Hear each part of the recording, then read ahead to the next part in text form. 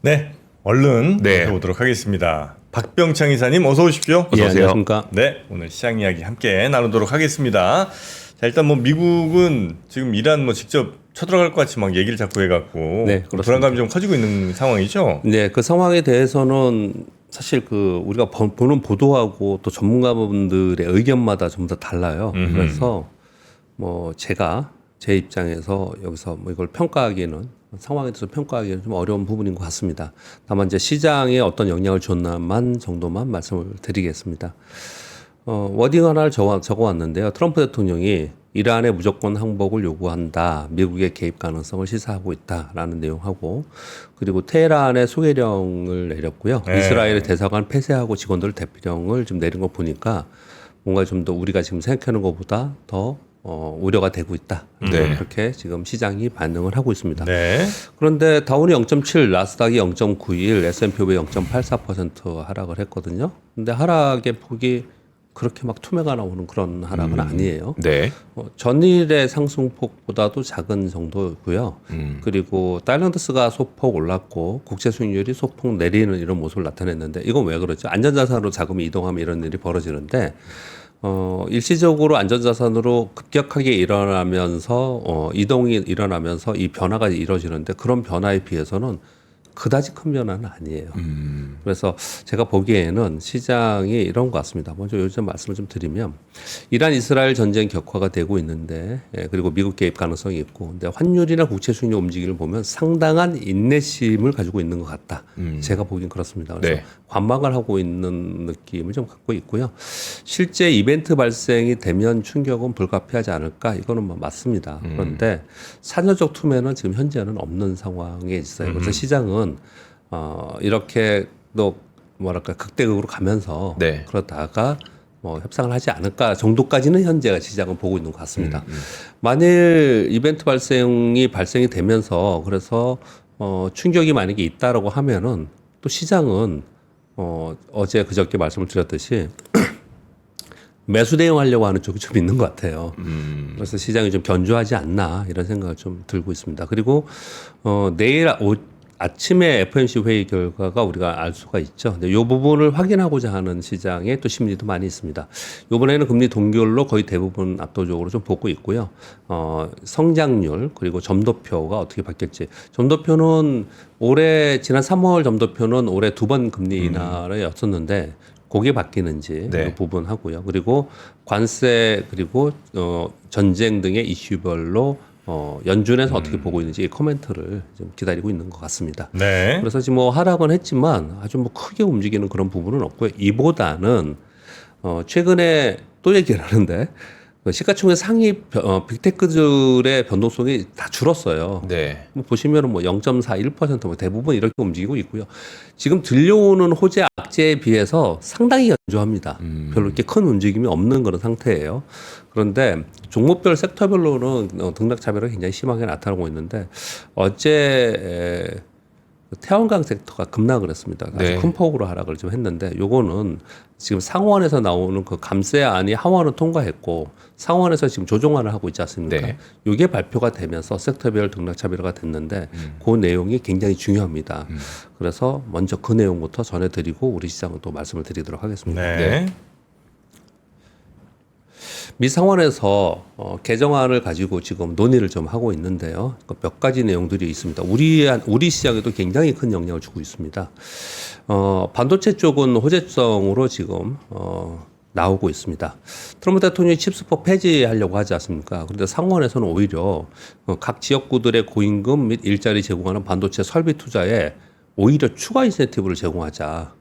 그래서 상원에서는 지금 반도체 기업에 대해서 세액 공제를 기존의 25%인데 30%로 한시적으로 확대하자라고 개정안을 추진하고 있다라는 거예요. 네. 그래서 반도체 쪽은 전체적으로 이게 호재성으로 반영이 좀 됐고요. 그리고 전기차 쪽은 전기차 쪽의 세액 공제는 순차적으로 폐지 제한을 좀 하고 있다고 합니다. $7,500의 세액 공제는 이 법 공포가 되면 이후에 180일 후에 종료.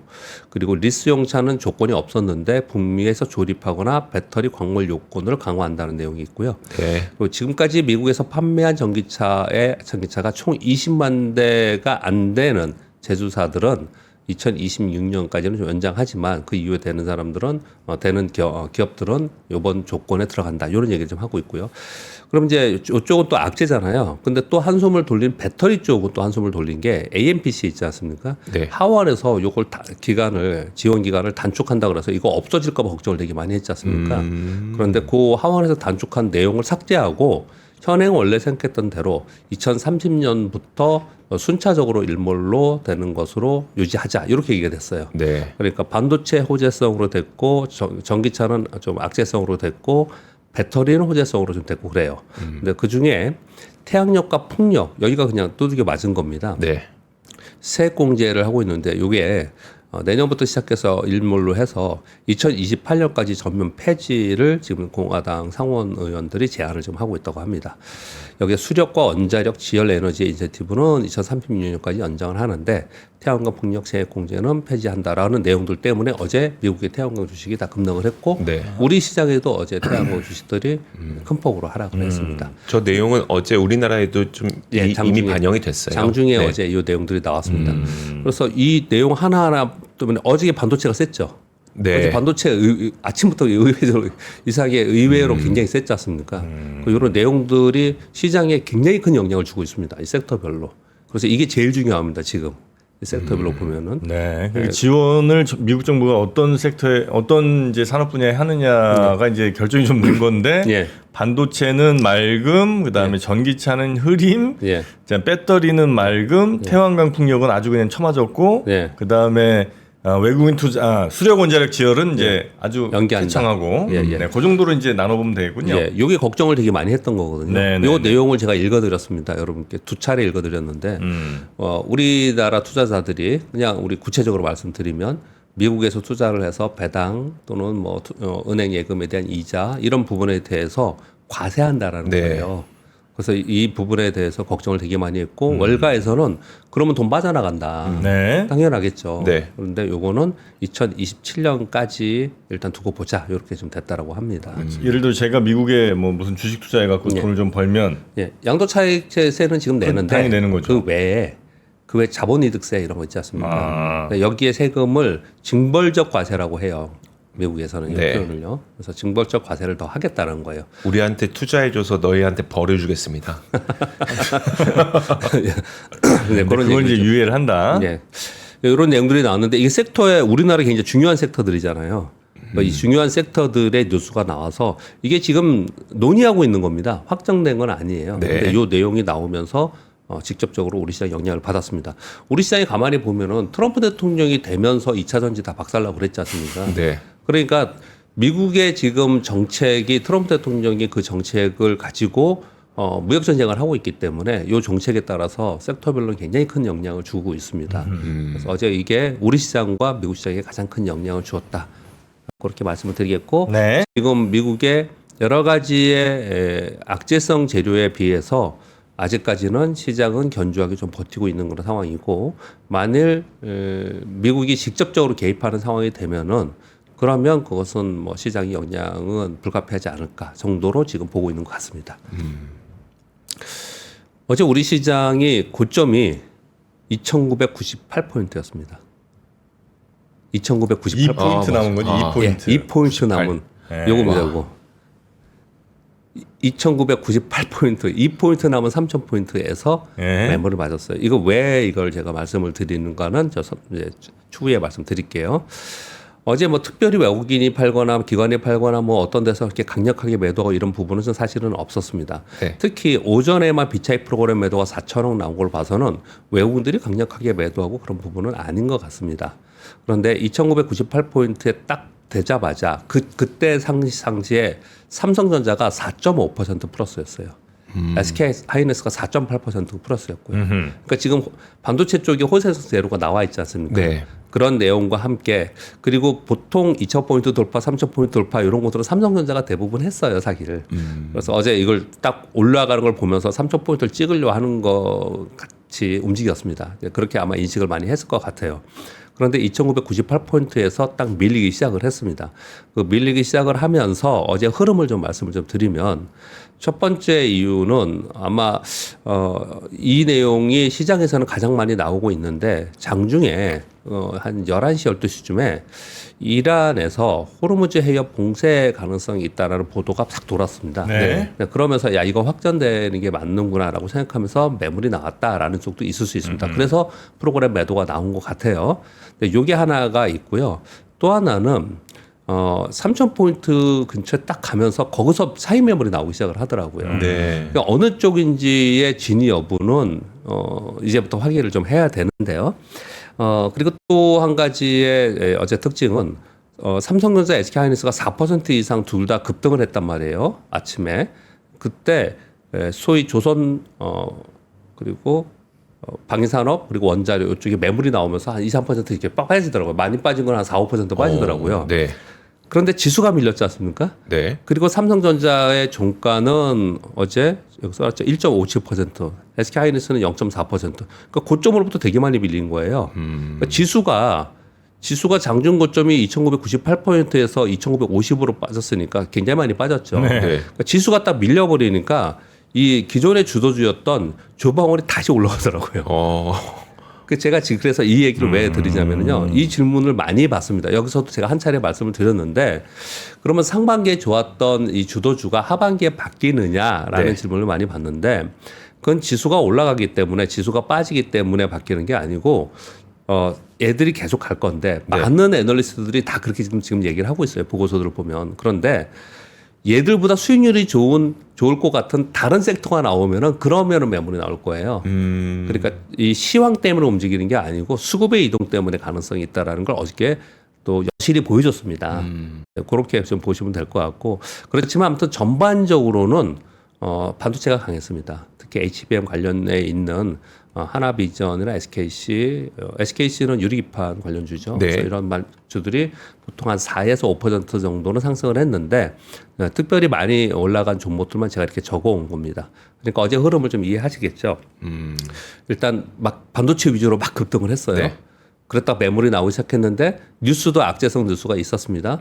악재성 뉴스 때문에 빠진 건지 아니면 거기서 차익 매물이 나온 건지 여하튼 간에 3,000 딱 2포인트 남기고 거기부터 매물이 나오기 시작을 했고요. 그 순간에 프로그램 매도가 비차익 프로그램 매도가 4,000원 나온 거 보니까 요거는 이란발 뉴스가 일단 영향을 받았다. 그런 과정에서 밀리기 시작을 하니까 그 상황 속에서 그동안의 주도주에서 많이 올랐던 종목들의 차익 매물이 나오고 어제 반도체 종목들은 기관들의 매수가 굉장히 많아요. 골고루 많았습니다. 그래서 수급이 좀 변하는가 싶은 흐름이었는데 지수가 밀려버리니까 다시 기존 주도주가 올라오는 이런 흐름이 어저께 있었어요. 그래서 장중에 코스피가 마이너스까지도 갔었습니다. 네. 그래서 좀 걱정스러운 그런 모습이었는데 아직 여전히 힘이 있다는 걸 보여줬습니다. 막판에 좀 돌리면서 네. 소폭 올랐지만 플러스로 마감하는 그런 모습을 나타냈어요. 그래서 요 모양을 제가 보여드리는 이유는 왜 그랬냐면요.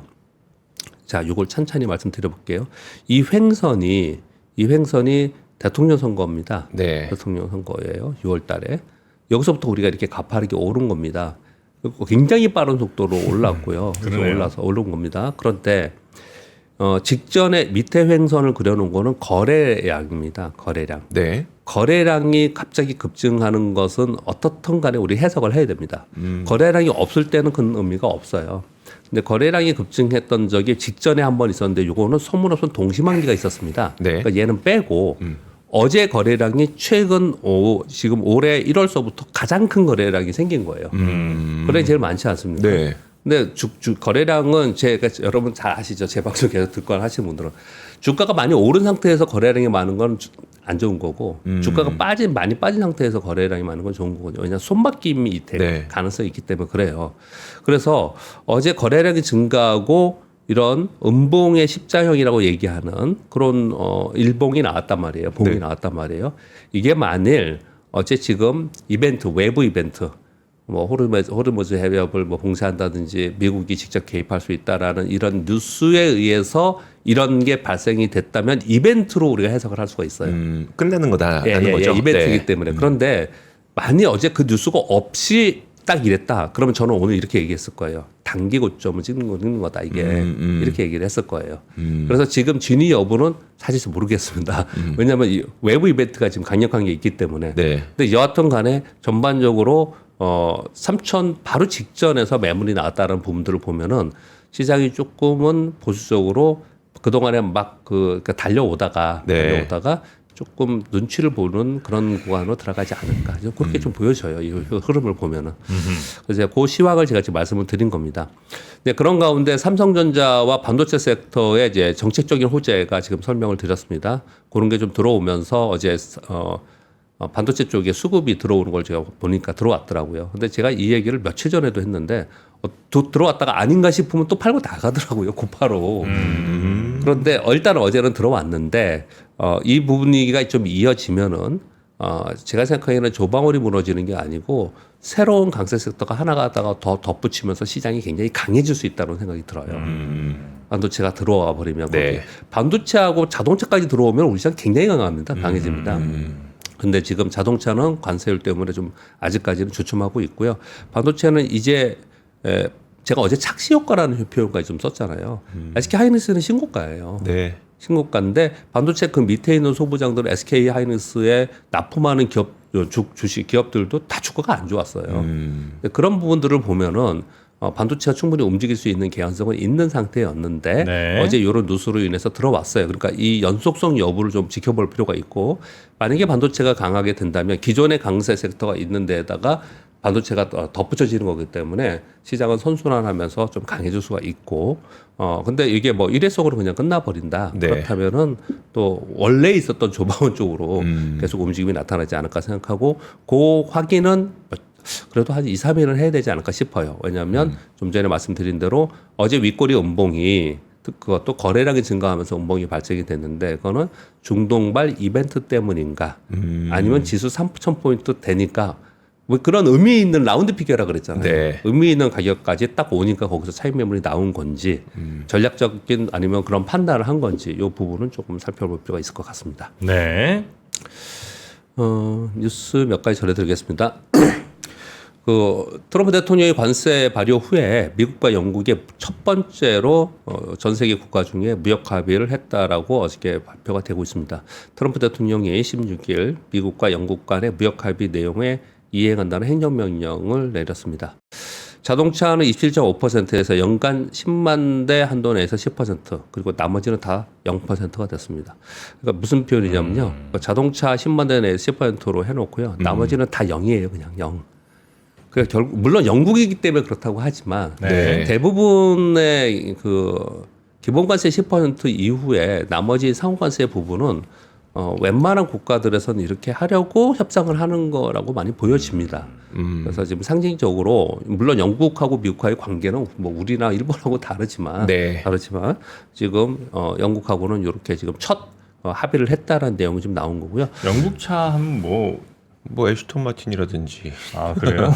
아니 근데 그런 거 있잖아요. 그 생산 공장은 여전히 제규어, 랜드로버 이런 것들이 영국에 있다고 저는 들었거든요. 그러니까 물론 대주주는 인도죠. 인도인데 생산 공장이 거기 있기 때문에 그럼 영국에서 미국으로 수출하는 데에 대해서는 10% 관세를 매긴다. 10만 대까지는. 근데 뭐 레인지로버도 아주 그렇게 막 많이 팔리는 차는 아닐 거 아니에요. 딱 저 10만 대가 작년에 10만 대 팔았대요. 아 그래요? 딱 그 정도 기준이라고 하더라고요. 네. 영국 차. 롤스로이스? 그 정도 있겠구나. 그 롤스로이스 공장은 어디 있는지 모르겠네요. 아, 그래요? 예, 공장의 위치가 중요하니까 이제. 그리고 미국에서 얻어낸 거는 소고기 13,000톤까지 무관세. 그리고 보잉 항공기 100억 달러어치 구매 약속 이런 것들을 해서 항공 방산 협력 강화하고 이런 부분들을 서로 얻어냈다. 이런 얘기들을 좀 쓰고 있습니다. 근데 생각을 해보면요. 지금 오늘 가져오지는 않았지만 미국에서 우리나라에 요구하는 거, 우리나라에서 미국에 요구하는 그 세부 항목들 있잖아요. 네. 우리가 생각하는 것보다 의외로 보면은 아주 치명적인 내용들이 아니에요. 뭐 제가 괜히 그렇게 생각하는 건지 모르겠지만 그들이 요구하는 게 우리나라에 요구하는 게 가장 큰 것 중에 하나가 소고기입니다. 소고기. 영국도 그렇지만 소고기 이런 것들이에요. 네. 이런 거 하고 또 내용 중에 어떤 게 있냐면은 우리의 그 지도 플랫폼 있지 않습니까? 지도. 아, 우리 네. 뭐 네이버나 뭐 카카오맵 이런 거요. 그런 것들에 대해서 미국이 공유할 수 있게, 뭐 가져갈 수 있게, 뭐 이런 내용들이 들어 있어요. 뭐 보면 그러니까 주식 쪽만 보니까 그쪽을 그냥 좀 폄하하는 건지 모르겠지만 네.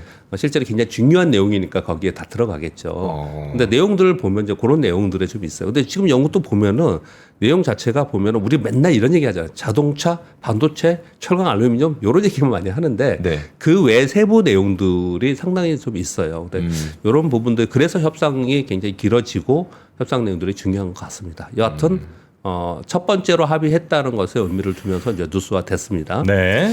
두 번째는 뉴스는 BOJ가 금리 동결을 했습니다. 근데 의미 있는 내용은 뭐냐면요. 요번에 이제 금리 동결을 하는 거는 미국이 지금 금리 동결을 하고 있기 때문에 눈치 보기를 하고 있는 것 같고요. 기준금리 0.5%로 동결했고, 그리고 시장에서 관심 있어 하는 내용은 뭐냐면 지금, 일본은 테이퍼링을 하고 있어요. 뭐냐면 국채 매입 규모를 줄이고 있습니다. 네. 매입 규모를 줄이고 있어요. 그러니까 유동성을 줄이는 거예요. 유동성을 계속 줄이면서 그러면서 유동성 줄이면 결국은 전체적으로 시장에 풀려 있던 그 일본은 계속해서 얘기했던 저금리 상태 네. 그리고 뭐 마이너스 금리, 저성장 그랬지 않습니까? 여기서 탈피하려고 하는 거거든요. 그런데 요번에 이게 3월까지는 지금 매 분기마다 4천억 엔씩 줄이는 테이퍼링을 유지하는데 내년부터는 반으로 줄이겠다라고 얘기를 했어요. 이 얘기는 뭐냐면 이걸 줄인다는 얘기는 시장 유동성을 줄인다는 얘기잖아요. 네. 결국은 그러면 시장 유동성이 계속 줄어드는 과정 속에서 일본이 지금 걱정하는 게 뭐냐면 장기물 10년 만기 국채 수요가 줄어들고 있어서 그게 지금 걱정거리예요. 미국하고 똑같아요. 일본도. 그래서 시장의 유동성을 제공함으로써 시장 안정화를 꾀하는 쪽으로 간다. 즉 완화 쪽으로 간다는 거예요. 일본이 다시. 그러니까 이게 약간 좀 말이 헷갈릴 수 있는데 국채 매입 축소의 속도를 늦춘다는 네네네. 거잖아요. 네네, 맞습니다. 말이 지금 네 번 꼬여 있는 거잖아. 예. 그러니까 이제 국채 매입을 기사 그대로 가져왔죠. 예, 그죠. 이렇게 점점 이렇게 줄이는 거. 예, 그거를 이제 속도를 늦추기로 한다는 거는 시중에 예. 풀린 돈을 끌어들이는 속도를 늦추기로 맞습니다. 한다는 거니까 맞습니다. 뭐 그렇게 막 돈을 더 푸는 건 아니지만 예. 그래도 좀 완화적인 메시지를 준다는 맞습니다. 거죠. 예, 네, 맞습니다. 네. 예, 감사합니다. 말이 어렵다. 저도 읽으면서 요대로 그대로 기사가 그래요. 예. 기사가 이렇게 좀 내용 있는데 내용은 그런 내용입니다. 그래서 시장에서는 일본의 지금 국제 시장에서 걱정을 하는구나. 그리고 계속해서 약간 긴축적인 내용들을 계속 나왔는데 내년부터는 좀 걱정하면서 완화적으로 바뀌는구나라는 쪽에 그래서 의미가 있는 거예요. 네네네. 네, 그렇게 말씀을 드리겠습니다. 그리고 아까 3번 뉴스는 중요해서 먼저 말씀을 좀 드렸고요. 상원의 지금 세액공제 개정안에 대해서 지금 논의가 되고 있는데 요 얘기가 나오면서 부쩍 어저께 또 반도체가 올라서 그런지 어제 반도체 뉴스가 많았어요. 그러니까 몇 가지만 전해드리도록 하겠습니다. 어제 특히 SK 하이닉스의 그 공급사들이 벤더들이 어저께 많이 떴는데요. 그거는 요 5번 뉴스 때문에 먼저 그랬는데요. 근데 4번, 5번 뉴스가 전부 다 SK 하이닉스의 호재성 뉴스입니다. 4번부터 말씀을 드리면요. 모건 스탠리 시온킴 아시죠? 참고로부터 읽어드릴게요. 2021년도에 반도체 겨울이 온다 그러면서 SK 하이닉스 목표 주가 26만 원에서 12만 원으로 내렸고요. 그 인물이 션킴이에요. 네, 그러다가 갑자기 얼마 후에 잠깐 후에 긴 시간도 아니었어요. 잘못 본 것 같다. 그러면서 성장률은 둔화 전망하지만 SK 하이닉스는 좀 다르다. 그러면서 12만 원에서 13만 원으로 목표 주가 높였었거든요. 네. 그 13만 원이 목표 주가였어요. 여태까지요. 그랬는데 요번에 SK 하이닉스의 EPS 추정치를 대폭 상향. 2025년에 36%, 2026년 45%, 2027년에 167%로 올라갈 거다. 그래서 목표 주가를 25만 원으로 상향한다라고 보고서를 내놨습니다. 이유를 뭐라고 했느냐? AI 성장 스토리가 다시 부각되면서 디램 랠리가 발생하고 있다. 그리고 HBM 시장의 구조적 성장과 SK 하이닉스의 경쟁력이 계속 유지되고 있다. 이 이유를 대면서 SK 하이닉스의 목표 주가를 높이는 보고서를 내놨어요. 그리고 SK 하이닉스는 신고가 냈고 그리고 신고가 난고 올라오고 나서 이게 나왔어요. 사실은. 그러고 나서. 어제 종가가 24만 9천 원이네요. 예. 그랬는데, 근데 SK 하이닉스에 대해서 호재성 누수가 이렇게 계속 나오면서 이 얘기는 뭐냐면 HBM 쪽이 자꾸 피크업 얘기도 있었고 막 그랬잖아요. 엔비디아도 그랬고요. 네. 그렇지 않다라는 얘기를 지금 하고 있는 거고요. 그런 가운데 엔비디아가 루빈 있잖아요. 블랙웰 다음 버전. 루빈을 올해 말까지 테스트해서 내년에 출시한다고 그랬었거든요. 네. 요거를 9월에 조기 출시한다라는 내용들이 계속해서 나왔고 젠슨란도 그런 언급이 있었거든요. 그래서 SK 하이닉스가 HBM4가 들어가지 않습니까 여기에? 네. 이달 중에 이거 샘플 통과됐고 그래서 SK 하이닉스에서는 9월에 이게 출시를 하면 거기에 맞춰서 HBM 보내야 될 거 아니에요. 네. 그래서 HBM4에 관련된 투자 심의를 요거 마치고 이후에 곧바로 패키징 등 그 공급 그 벤더들에게 장비 발주하겠다라는 네. 뉴스가 좀 나와 있어요. 어, 그러니까 이제 여기 관련된 종목들 어저께 다 확산됐겠네요. 예, 예. 그런 뉴스가 좀 있었고요. 거기에 하나가 더 있네요. 반도체 뉴스가. 네. 레이먼드 제임스라는 이 상정회사입니다. 네. 미국의 금융 서비스 제공 업체인데요. 여기에 이제 반도체 전문가가 보고서를 16일 날 또 냈어요. 이 사람 또 어떻게 얘기했냐면 지금의 디램 시장 호황은 HBM에 힘입어서 2026년까지 이어질 것이다. 이 사람 마이크론 전문가예요. 마이크론의 경우 HBM 시장에서 점유율을 높이면서 성장하고 있다.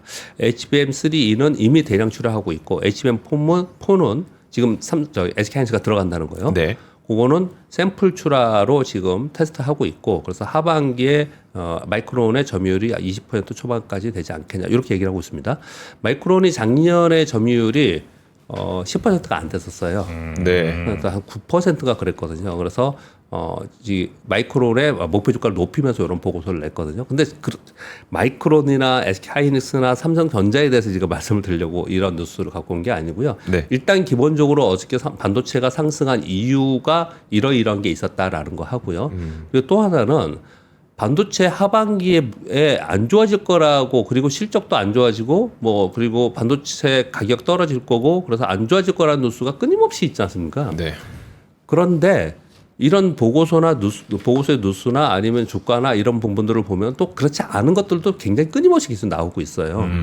그래서 우리가 섹터를 볼 때 얘는 확실하게 지금 이익 성장이 있어. 얘는 이런 이슈 때문에 그런데 이도저도 아닌 섹터가 지금 반도체예요. 우리나라에서. 우리나라에서 그런 쪽에 있거든요. 그래서 이게 어디로 갈지를 확인을 하고 싶어 하는 그런 상황이 좀 있어요. 그래서 제가 어제는 SK 하이닉스의 신고가 나는 과정 속에서 SK 하이닉스 벤더들도 주가가 못 오르고 막 빠지고 이런 걸 보면서 좀 착시 효과가 있는 것 같다. 왜? 삼성전자 때문에 네. 그런 것 같다라는 표현을 제가 이렇게 드리긴 했는데 그래서 반도체 쪽은 얘는 안 돼라는 게 아니고 전부 다 그냥 반신반의하면서 이게 실제로 될까라는 의구심으로 지금 반도체를 바라보고 있다라는 거죠. 하반기에 안 좋다라고 만약에 생각하는 사람의 입장도 가만히 보면은 올해 상반기에 삼성전자 주가가 어땠습니까? 반도체 주가가 어땠어요? 다 안 좋았잖아요. 네. 그럼 하반기 안 좋은 걸 반영을 한 거지 않습니까? 결국은 반도체 쪽은 좀 지켜봐야 되는 하반기에 지켜봐야 하는 섹터 중에 하나가 아닌가 네. 이런 뉴스를 보면서 그런 생각이 든다. 마이크론이 생각보다 근데 좀 잘하나 보네. 마이크론이요. 그리고 주가 보여드렸잖아요. 제가 그러니까. 며칠간 계속 네. 보여드렸잖아요. 어제도 강보합인가 그랬어요. 마이크론이 계속 지금 그렇게 되고 있어요. 그래서 한편으로는 제가 또 뉴스를 전해드리면서 걱정스럽다 우리나라가 그런 얘기 계속 전해드리고 있는 거고요. 네. 그리고 7번 소프트 뉴스는요. 제네시스 G80, GV70 전기차 판매량이 큰 폭으로 증가했다 이렇게 했는데 사실은 대수로 보면요. GV70은 553대 5월까지, G80은 5월까지 520대인데 이게 전기차를 얘기하는 겁니다. 네. 근데 얘는 의미가 있어요. 왜요? 우리 현대차의 홈페이지나 현대차 아니면 뭐 어디 들어가서 차를 보면 현대차가 있고 현대차 그룹에 제네시스가 있지 않아요? 그렇죠. 제네시스는 따로 있습니다. 네. 그 제네시스는 굉장히 호평을 받고 있는 브랜드예요. 전 세계에서. 네. 근데 여기에서 전기차를 만드는데 이게 지금 판매 대수가 증가하고 있다는 것은 그러면 국내에서도 성공한다는 얘기는 유럽 시장의 럭셔리 차의 전기차에 이게 출시를 한다면 성공 가능성이 있지 않겠냐 이렇게 얘기를 좀 하고 있는 거고요. 그리고 8번째 뉴스는 LG 디스플레이 정말 진짜 아무도 거론하지 않고 디스플레이 쪽은 아무도 관심 없는 그런 쪽이긴 한데요. 1조 2천억 정도의 투자를 해서 OLED 시설 투자 결정을 했다라는 거예요. 이 뉴스는 왜 중요하냐면요. 우리나라 기업들 중에 또 OLED의 벤더들이 많아요. 굉장히 많습니다. 그래서 요거는 좀 관심 있게 봐야 되는데, 근데 이 뉴스는 저는 좋은 뉴스라고 생각합니다. 물론 LG 디스플레이 쪽이 우리나라가 안 좋은 거는 인정하고요. 인정하고. 근데 이 투자를 하면서 OLED 신기술 적기 준비 및 인프라 투자를 통한 미래 기술 경쟁력 확보를 위해서 어려운 상황이지만 투자를 한다라고 한 거거든요. 저는 이 뉴스를 딱 보면서 그래. 어렵더라도 OLED의 디스플레이라는 거는 결국은 이것도 미래의 기술이에요. 미래에 전부 다 우리가 들어가야 되는 기술인데 우리가 중국에 밀었다고 해서 신기술 개발이 계속 안 되고 있으면 정말 그냥 끝나는 거잖아요. 근데 LG 디스플레이가 나서서 이 부분을 좀 한다라는 뉴스가 좀 있었습니다. 네. 그리고 여기에 관련된 종목들이 꽤 있습니다. 네. 그리고 LG 디스플레이가 아마 중국의 뭐 업체들이랑 또 소송도 하는 모양이더라고요. 디지털 탈취 뭐 이런 거 관련해서. 네. 그런 것들은 뭐 적극적으로 좀 할 필요가 있는 것 같다. 근데 이게 LG 디스플레이가 올해 상반기까지 만약에 투자를 안 했으면 큰일 날 뻔했었어요. 왜냐하면 어쨌든 LG 디스플레이가 OLED를 만드는 이유는 애플 맥북이라든지 태블릿에 납품하기 위해서인데 신제품의 OLED 탑재 일정이 지금 나와 있어요. 애플에서. 근데 얘네가 투자를 안 해. 그럼 삼성 디스플레이한테 다가거나 아니면 중국이 그거 가져가거나 해서 되게 좀 위기감이었었거든요. 근데 진짜 상반기 딱 끝나기 전에 투자 발표를 했네요. 네. 자, 알겠습니다. 하여튼 우리 기업들 개별적으로도 열심히 좀 노력들을 많이 좀 해서 우리 국가의 경쟁력도 잘 좀 유지를 했으면 좋겠다는 생각이 들고요. 자, 이렇게 개인의 경쟁력이 곧 국가의 경쟁력입니다. 개인의 경쟁력을 키우기 위한 또 미국 투어가 있잖아요. 드림 투어. 네, 드림 투어. 하버드, MIT, 뭐 브라운, 또 콜롬비아, 예일 이런 아이비리그 명문대 캠퍼스도 직접 방문을 해보는. 그리고 재학생들도 직접 만나볼 수 있습니다. 아, 그렇습니까? 캠퍼스만 가면 뭐예요? 아, 재학생 만나면 뭐예요, 근데? 재학생 만나면 그래도 어떻게 들어갔어요? 물어볼 수 있잖아요. 아, 그런가? 네, 그렇게 재학생들도 만나고 또 뉴욕의 월스트리트의 전문가들도 직접 만나는 그 소중한 시간. 2025년 여름방학 마지막 드림 투어, 요거 혹시 생각 있으시다면 또 여름휴가 고민 중이시라면 지금 빨리 신청하시면 되겠습니다. 자, 링크 저희가 올려드릴 테니까요. 거기 따라오시면 되겠고요. 우리 박병창 이사님은 여기서 보내드리고 내일 아침에 다시 모시겠습니다. 고맙습니다. 감사합니다.